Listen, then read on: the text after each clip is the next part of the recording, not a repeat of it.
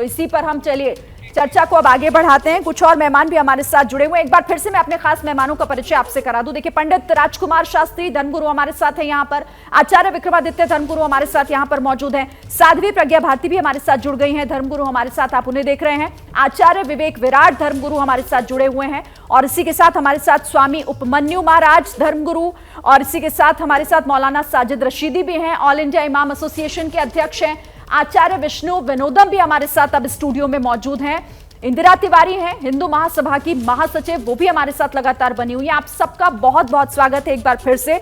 और जो खास मेहमान हमारे साथ अभी जुड़े हैं, शुरुआत मैं उनसे कर लेती हूँ। मैं आपसे जानना चाहती हूँ विष्णु विनोदम जी, फिर आपके पास आती हूँ। आपका सवाल पहले भी मैं आई थी। विष्णु विनोदम जी, आप जानते हैं कि चर्चा किस बात को लेकर हो रही है। सबसे पहले तो मैं चाहती हूँ कि आप इस पर रिएक्शन दीजिए कि ये क्या वाकई कोई बहस शुरू हो गई है, ये हो क्या रहा है? और स्वामी प्रसाद मौर्य वो तो सीधे सीधे आप लोगों पर सवाल उठा रहे हैं। देखिए, स्वामी प्रसाद मौर्य या समाजवादी पार्टी कहीं ना कहीं मुझे ऐसा लगता है हिंदुओं के साथ नहीं है। इसीलिए सनातन धर्म पर, राम पर, हनुमान पे ये बहुत समय से टिप्पणी उल्टी सीधी कर रहे हैं। मुझे ऐसा लगता है कि अगर इस प्रकार की टिप्पणी लगातार रही तो ऐसी कई पार्टियां जो सनातन के खिलाफ हैं वो इस भारत में नहीं रहेंगी और उनका अस्तित्व खत्म हो जाएगा। ठीक है, साध्वी प्रज्ञा जी, आपका भी कमेंट ले लूं। देखिए शिरीन, सनातन कभी खतरे में नहीं है जैसे ये लोग बोल रहे हैं। हानि धर्म को कोई पहुंचा ही नहीं सकता है, हानि तो समाज को होती है, धर्म को नहीं होती है।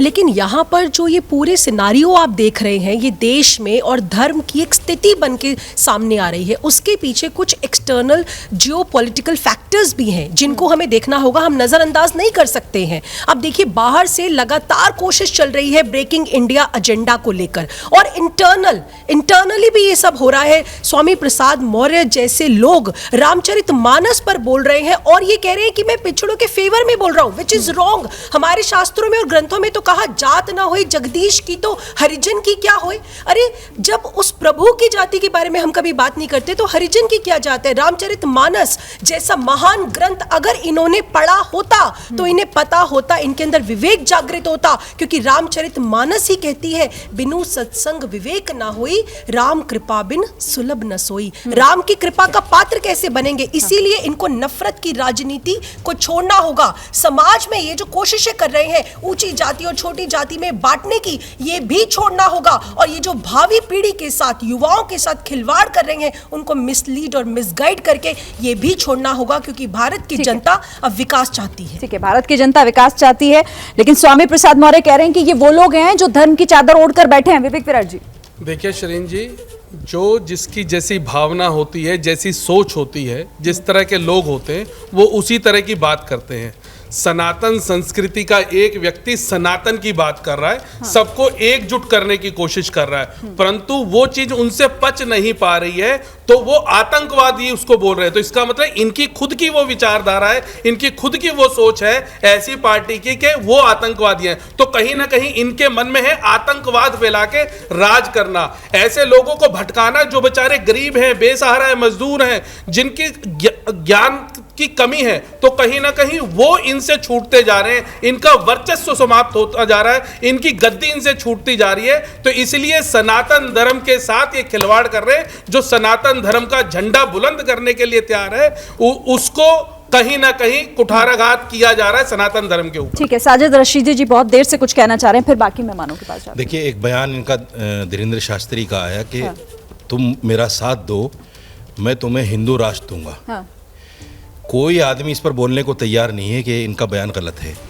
अगर मैं साजिद रशीदी ये कह दूं आपके मंच से कि मुसलमानों तुम मेरा साथ दो, मैं तुम्हें इस्लामिक देश दूंगा, तो ये सारे मेरे खिलाफ हो जाएंगे, सब मेरे खिलाफ बयानबाजी करेंगे। देख लेना आप। और ये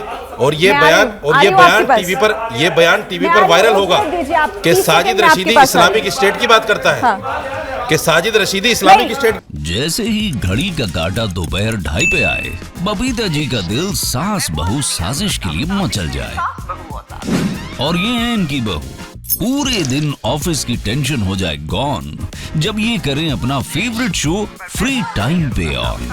इनकी तरह आप भी देखिए अपना फेवरेट शो अपने टाइम पर और डाउनलोड कीजिए एबीपी लाइव ऐप अपने स्मार्ट टीवी पर।